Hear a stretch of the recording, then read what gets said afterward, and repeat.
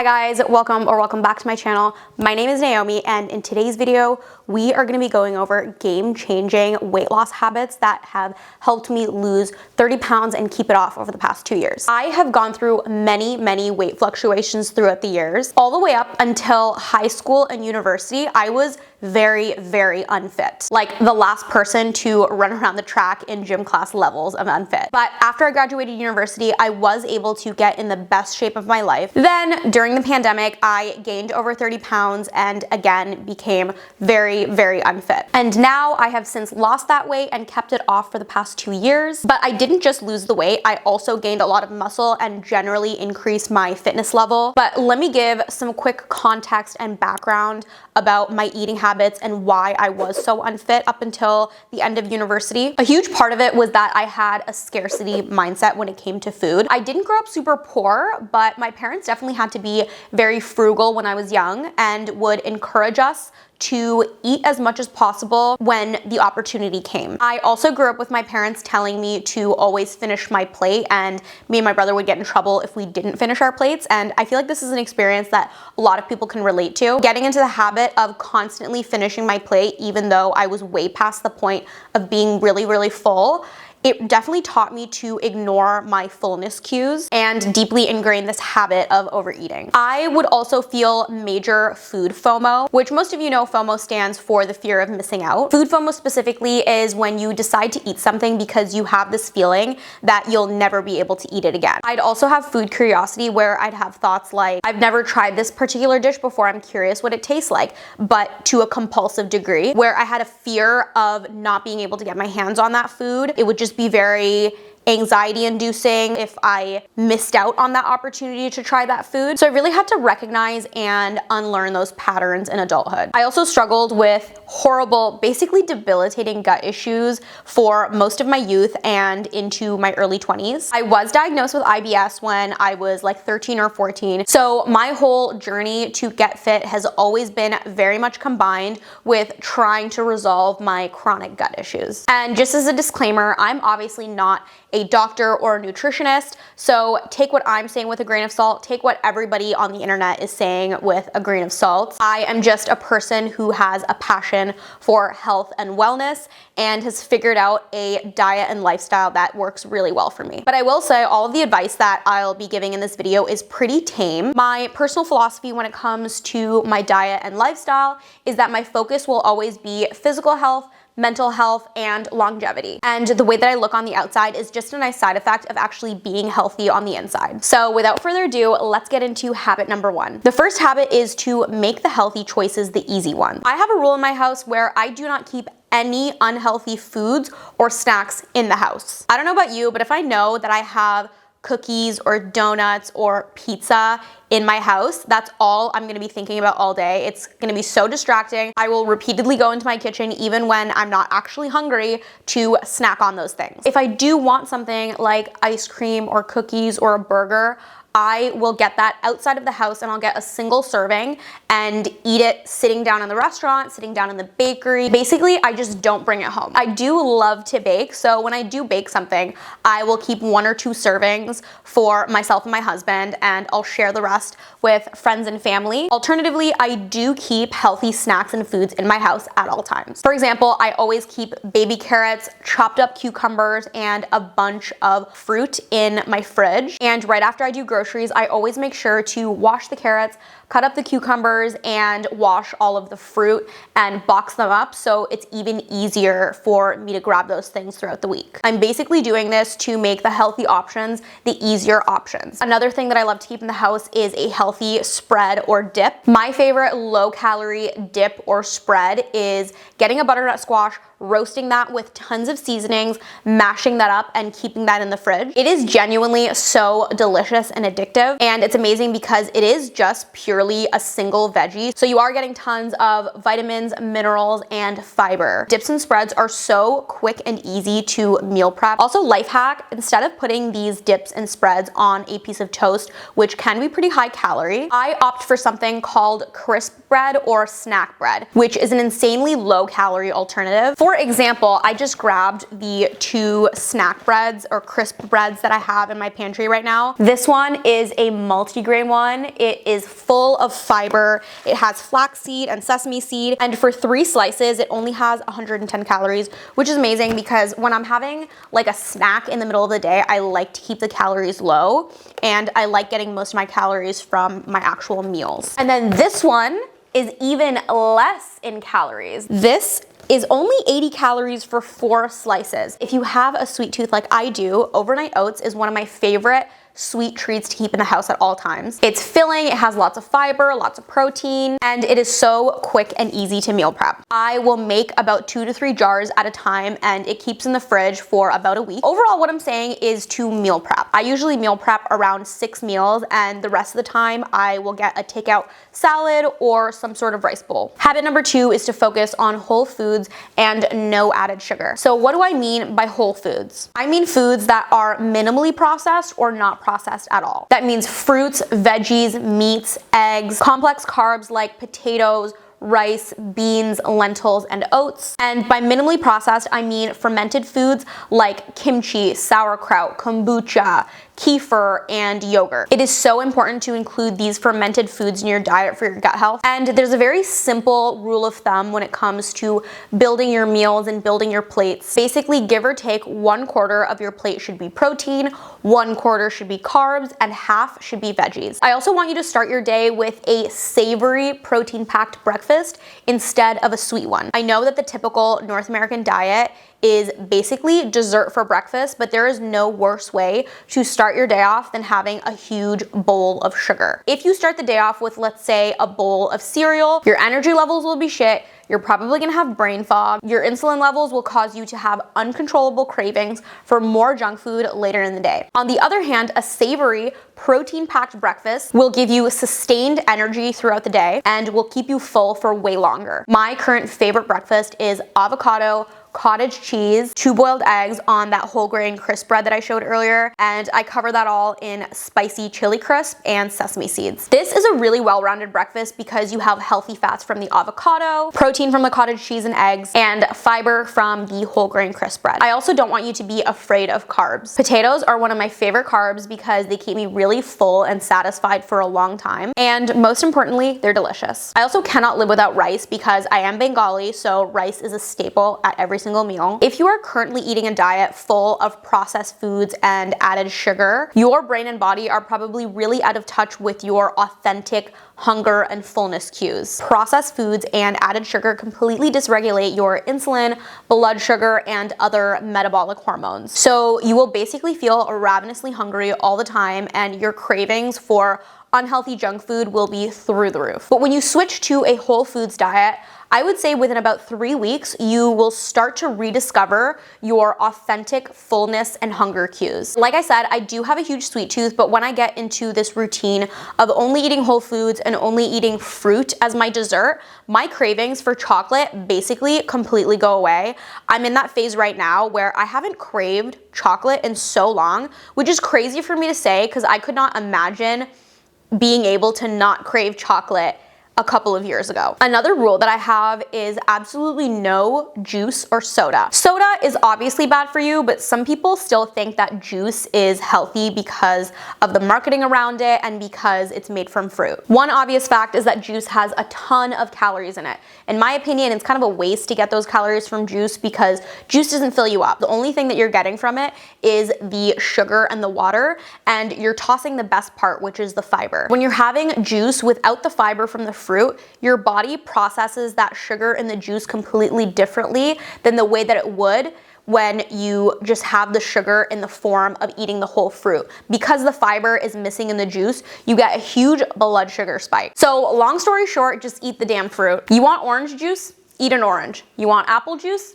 Eat an apple. Also, fruit is one of the best forms of hydration with their natural electrolytes, way better than any man-made electrolyte drink. Going back to soda, I know some people are gonna ask, well, can I have a diet sugar-free soda? And yes, you can technically lose weight while having diet sugar-free soda because it is less calories, but we don't just care about calories and weight loss, we also care about our gut health. And no matter how companies market their soda, it's still full of chemicals that will dysregulate your hormones and damage your gut. But if you really want a fun drink and you're just really bored of water, I would opt for a kombucha, a flavored sparkling water, or tea. Moving on to tip number 3, and it is to get excited about your new healthy lifestyle. Get excited to eat healthy food on a regular basis. Get excited about a salmon and rice bowl. Get excited about that salad. Get excited about baked oats or a smoothie. Romanticize a healthy lifestyle and healthy foods. This is why I try to only look at healthy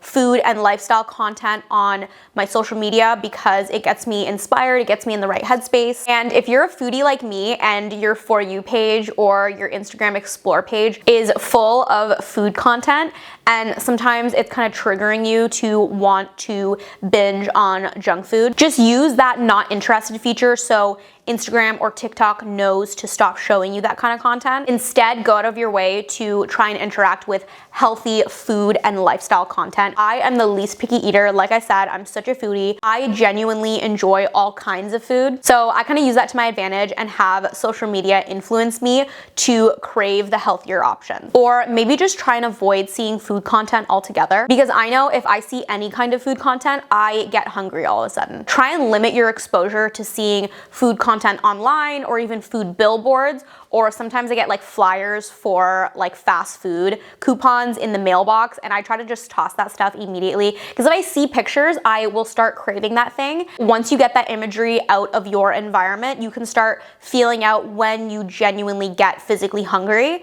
instead of just being manipulated by the food content that you're seeing. And change your mindset when it comes to treat foods like cookies, ice cream, chips, pizza. Get comfortable with the idea that you're not supposed to be eating these things on a regular basis. Treat foods are meant to be eaten occasionally because they are a treat. Tip number 4 is to stop using going out to eat or going on vacation as an excuse to eat unhealthy. I am such a foodie, so I know more than anyone the excitement of going out to eat and getting so excited about trying something new or splurging on something really delicious. But you know what sucks is when you allow yourself to eat whatever you want in terms of junk food, and then you now have a stomach ache and painful bloating when you're on vacation or when you're out. In the past, when I was preparing to go out to eat or go on vacation, I would focus way too much on the food part of the experience. I would end up ordering way too much and just overdoing it on the food, because I was just so hyper focused on, like I said, the food part of the experience. Instead, what I do now is I romanticize the overall experience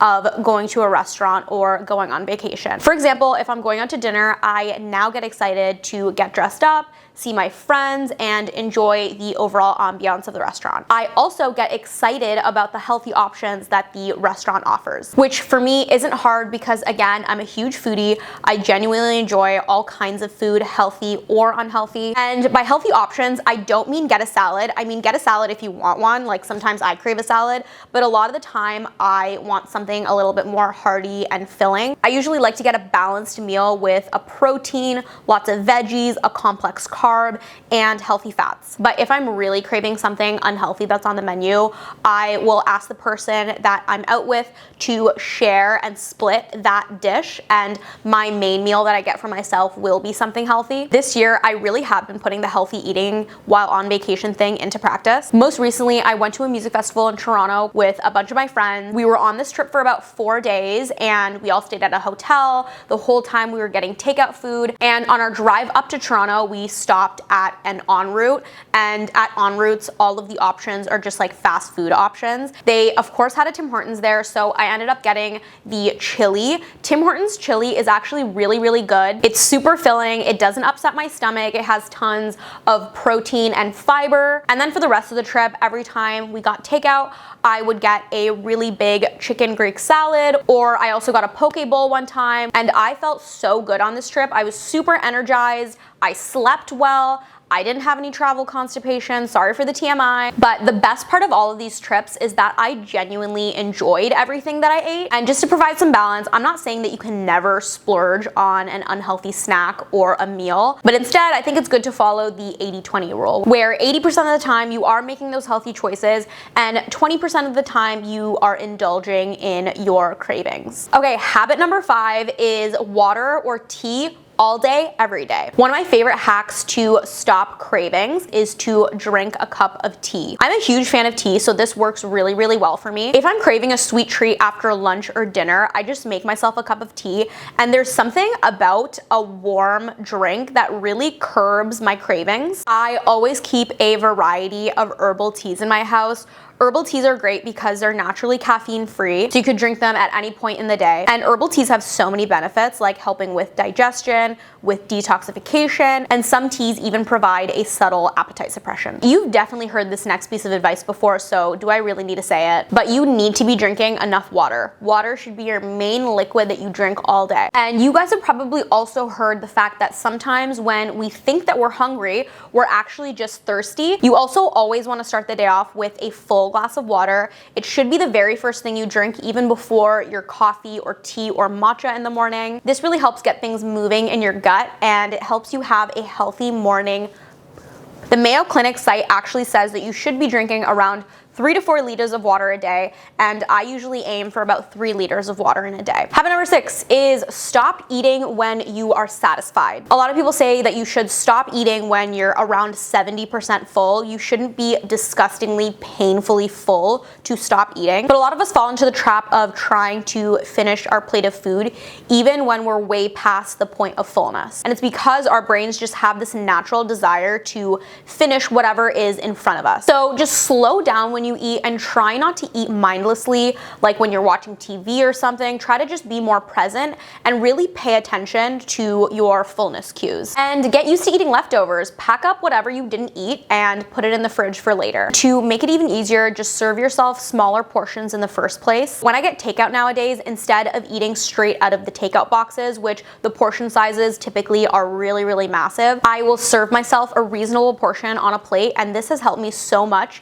in preventing overeating. Habit number 7 is to limit or completely eliminate alcohol. I lost the first 10 pounds of my 30-pound weight loss from simply cutting out alcohol. I didn't change anything else about my diet, even besides the fact that alcohol is extremely calorie dense.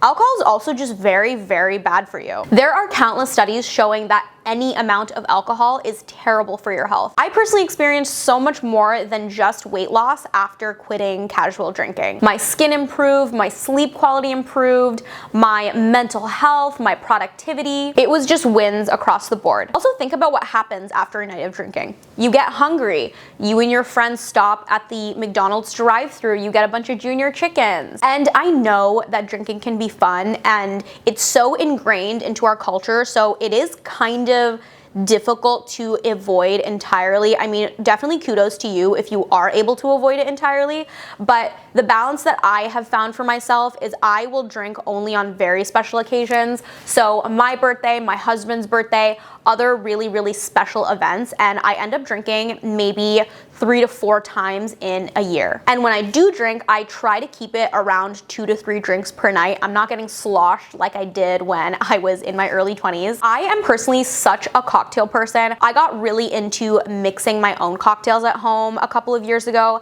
and I also love a cocktail bar. But now what I do is mix mocktails at home, or I will get a mocktail if I'm out at the bar or at dinner. And there must be some sort of mocktail movement going on, because I have noticed that a lot of bars and restaurants have a dedicated section on their menu for mocktails. Basically, it's become even easier nowadays to avoid alcohol. Habit number 8 is consistent movement all day. Human beings were not meant to sit all day, then only get 30 minutes to an hour of physical activity at the gym or at a Pilates class. We were meant to be moving consistently all day. And by consistent movement, I don't mean running or lifting weights all day. I mean easy movements, like walking, cleaning the house, doing the dishes, going grocery shopping. At the end of the day, fat loss is about calories in versus calories out. And getting more consistent movement throughout the day will help you maximize the calories that you burn. So just try and get more movement throughout the day. Go outside for a quick stroll, get some fresh air, some sunlight, and if you have a desk job, please get a walking pad.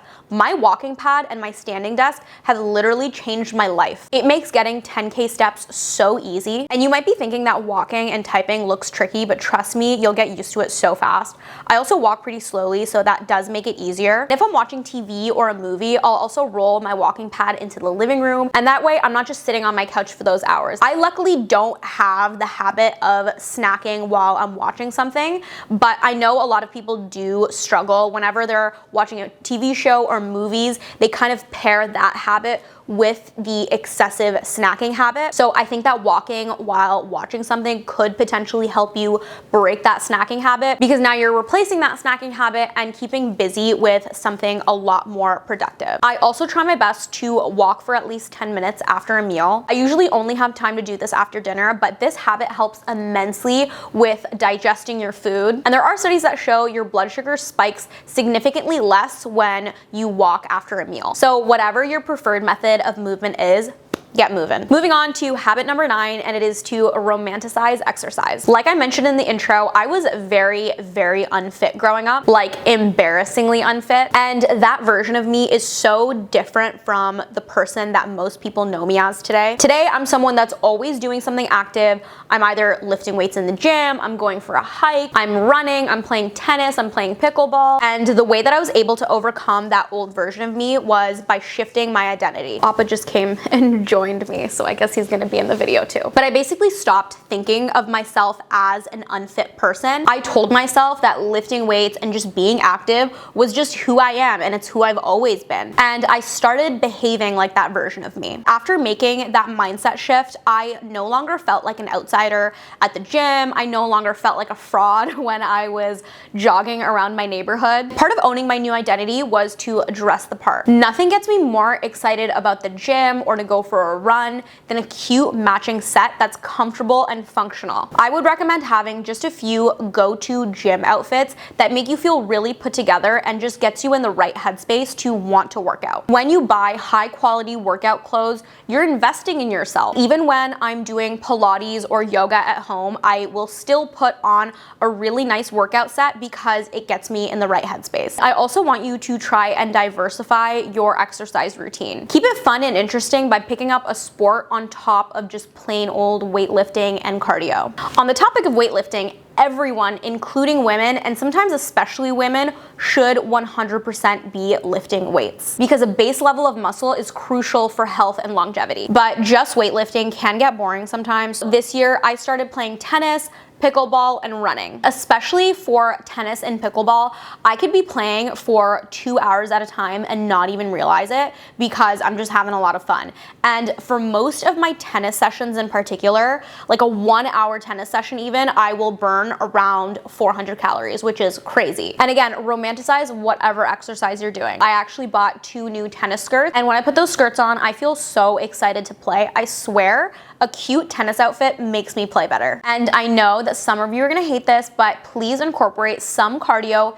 into your weekly routine. There are tons of studies showing getting your heart rate up and sweating via cardio for 10 to 15 minutes every single day is crucial for your brain and heart health. And listen, I used to be that person that absolutely hated every single form of cardio. The way that I was able to start liking cardio was by, again, romanticizing the experience and falling in love with the aesthetics around it. I actually got inspired to finally start running because one day my TikTok algorithm just decided to start showing me running content, and I started just like watching a bunch of these influencers that are super into running and all their running gear and their whole routines around running, and I was like, oh, this looks like it could be kind of fun. Like everyone was talking about the cardio high, how good you feel after going for a run or a bike ride or whatever cardio that you're doing, and I was like, I am ready to experience that for myself.